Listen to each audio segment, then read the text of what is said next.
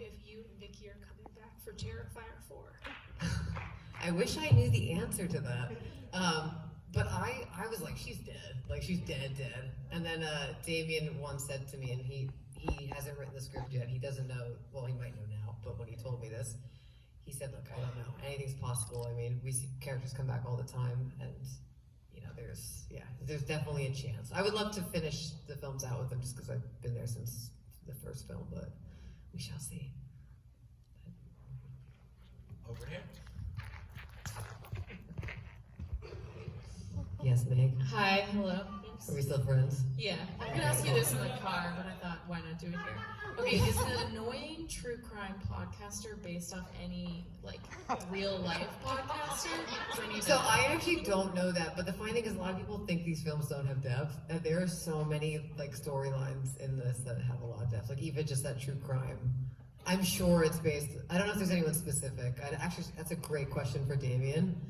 I don't know if you would ever tell who it was about, but it's definitely based off of like our obsession with serial killers and all that true crime stuff. So. Hey, lightning in a bottle is so rare, and it's so rare to get funding for a good project. Did Damien tell you how he got financing originally? How the idea became an actual production, Yeah. and then Yeah. Two-part question. Yeah. How after the first one, the production ballooned, and how that was different. So Phil Falcone, who is the man on the bus at the end, is our amazing producer who basically, I think if I get this right, they worked on Joe's War, which was Phil's movie, and Damien was, is an amazing practical effects artist, and he met, I believe they met on that film, and when Damien was looking for financing for his first film, the Terrifier, Terrifier, he was reaching out to like a lot of people in his Rolodex, like shamelessly, and just saying, hey, like, anyone have any money? And Phil goes, yeah, how much you need? Jersey or Staten Island, one or both, I don't know. And Damien's like 30,000 maybe. He's like, I made it for my short for 5,000. And he's like, oh, easy. And Phil just like gave him the money. But Phil basically said, if I give you the money, I just really want to learn practical effects. So Phil was like basically Damien and Phil for the first two movies were doing all the practical effects. So that's how he raised the money for the first one. And the second one was crowdfunded by the fans in like, I think 48 hours, which is insane. It was like 250,000.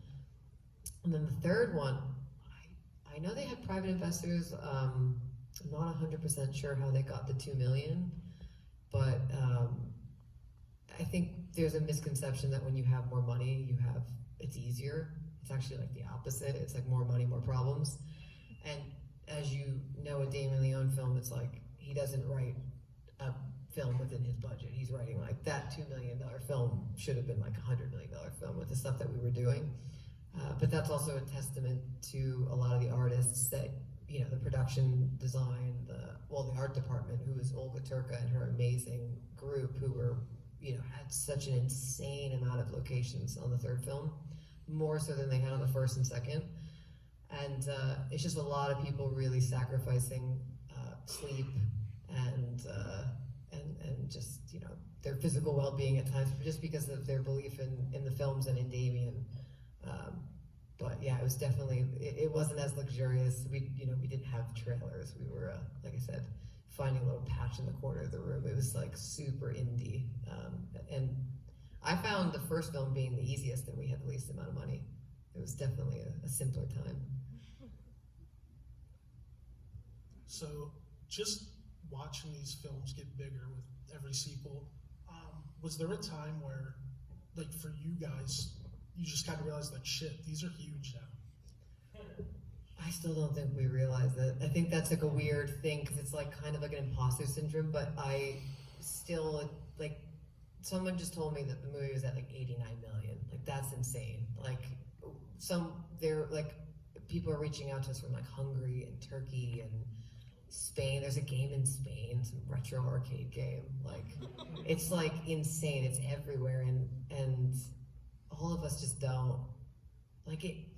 really, it just hasn't hit. It's like, I think if it's kind of the best way it could have happened though, because it's happened over a decade, kind of slowly but surely. Like the second one made 15 million, and it started getting out there, and now it's just gone through the roof. But to be like the highest unrated film or of all time, it's like it's broken history, like history record. So it's fucking weird.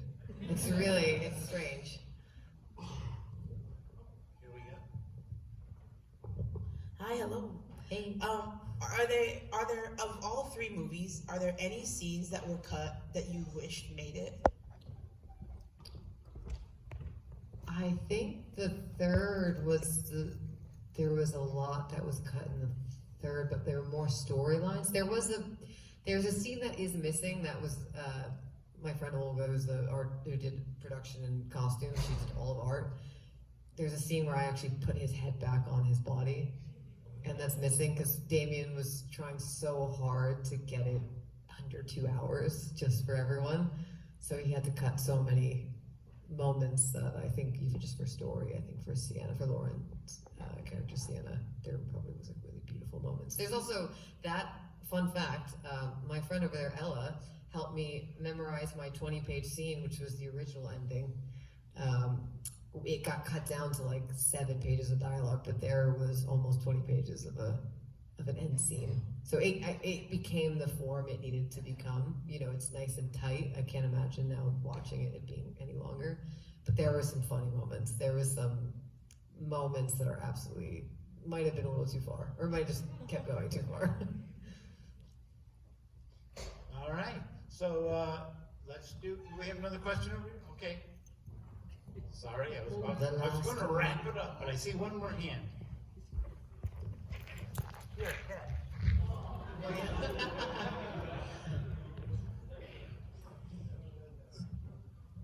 In talking about all of the deleted scenes and everything like that, there's just this question has been bothering me in the 4 times that I've seen this movie so far. Is Jonathan actually dead? I actually can't answer that. At one point I was like, yeah, he's dead, and then Damien's like, we'll find out. And I'm like, what have I been saying to people? So I actually don't know that. I thought he was. All right, good to know. I feel, but you know what? Damien said though that like if he is or if he isn't will be determined. But I think that it would be hard to watch him die on screen because it would be brutal. You can't only imagine if Jonathan, they actually saw what he did to him. That would be bad. So I have respect, but I don't know. I hope he's not. I love him. I love Elliot. Lori, you have a question. After art, obviously, who's your favorite horror clown? Oh, I like the original Pennywise because that scared the shit out of me as a kid. Yeah, so he's a genius. My friend over there loves Rocky Horror Picture Show. And, now love it because of her. So it's great. He's great. What kind of guy is Damon? What's he like? Is he like a He's theater a guy, film guy? evil- What is his deal? He's amazing. Who is He's, this I mean, it's a testament. Like Damien off of 2, it was pretty successful, and he had opportunities to make it easy on himself, and he could have taken offers that would have diluted the vision down, would have possibly recast it. I'll say recruit. I don't think that's a word, but he didn't. He stuck to his guns. He knew that we got as far as we did because of the fans. And also, he's just, I think he's a visionary. I really do think he's a boundary pusher. He wants to know where the line is, and he wants to go further, and I'm all game for that, especially nowadays. But he really stuck to his guns, and he's great. He was suffering with all of us, even after all that he's given.